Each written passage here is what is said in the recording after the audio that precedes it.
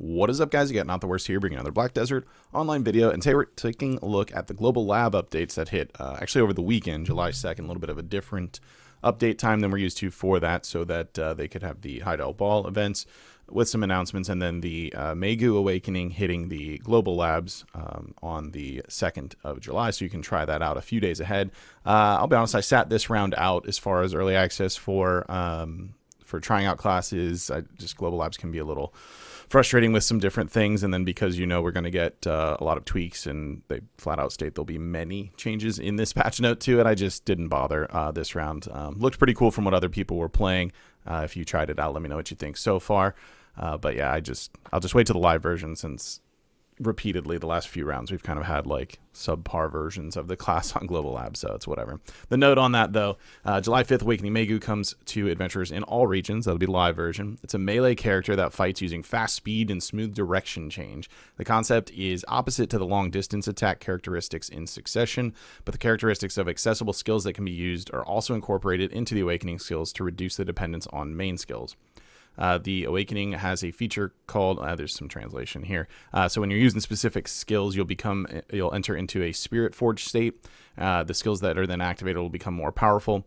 If you use any of those above skills instead of changing the state or using other resources, the subsequent skills will automatically be activated as strengthened skills or powered up skills.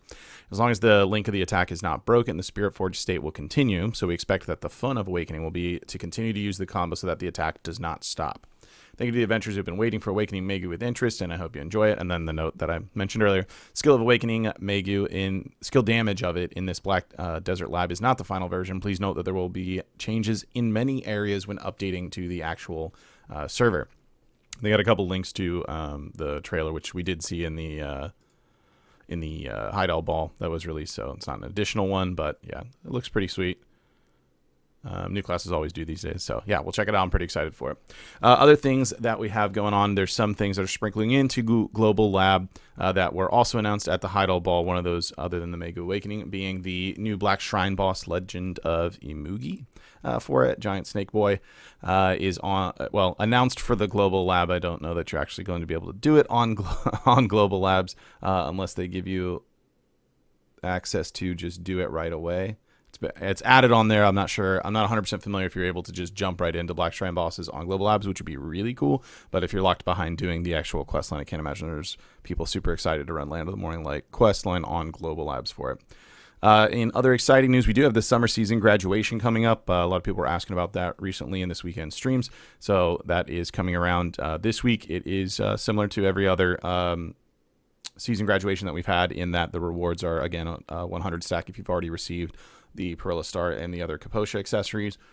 So get yourself another TED accessory stack to fail again for it. We have this is kind of interesting. They announced it on the Global Lab, but they did. The Vpico's Calling Horn. This is the item you're going to combine along with the Rocking Horse item that's currently in your challenge tab.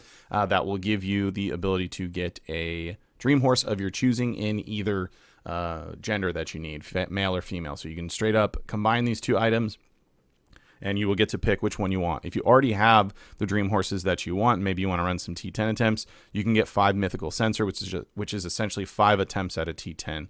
I will tell you, there are people selling. I haven't seen a lot of Pegasus on the market recently until today. There's some like sitting on NA right this second for it. I think they were female for it. There's a lot of horses getting sold because of this coming up, because obviously there'll be a bunch on the market then. I would think really carefully if it makes a lot of sense to get the horse. So in my scenario, I have a male Doom horse. I want to try the new, I've never done any T10 attempts. I want to try the new Doom horse one when that comes out and everything. And while thinking about it, I need a female Doom horse. Obviously I can use this reward and pick that up.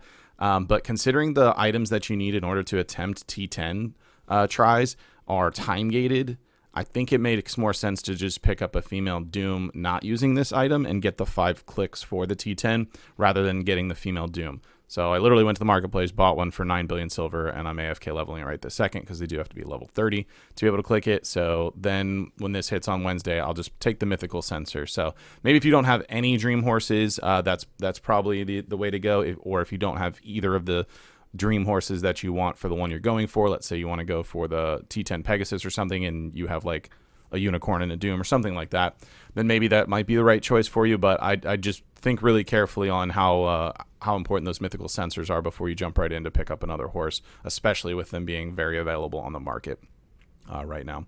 The phenomenon of the horse stopping and rattling when moving at high speed on a slope while riding a horse has been alleviated. So this should be pretty incredible, especially for the Doom horse. It's with a T10 Doom coming out. That is really, really good news, because that is one of the most frustrating things on that, to just get stopped all of a sudden out of nowhere. We've got Velia Old Moon Furniture Workshop being added. We've seen these workshops just kind of added across the board over time, so not super surprising there. And then just system issues and UI tweaks and that sort of thing. Then we do see the last little bit here is Maegu, and it did pick up yet another nerf to go along with the rounds of nerfs that Succession Maegu has been seeing. So first of all, the pre-awakening kit had some damage reduction happen across the board, and then also some of the effects on skills like evasion debuff and accuracy buff. Things like that were removed from the pre-awakening skills, and then you'll see like a kind of damage just drop on some of these as well. More so in the number of hits, like this one, same damage numbers, but X4 versus X2 in the current iteration. This piece of it is just done in general to make sure that the Awakening kit is more appealing. I know several times, especially in Global Lab builds, several times we've seen instances where absolute versions of skills are just strictly better than the Awakening version skills, and sometimes Prime skills.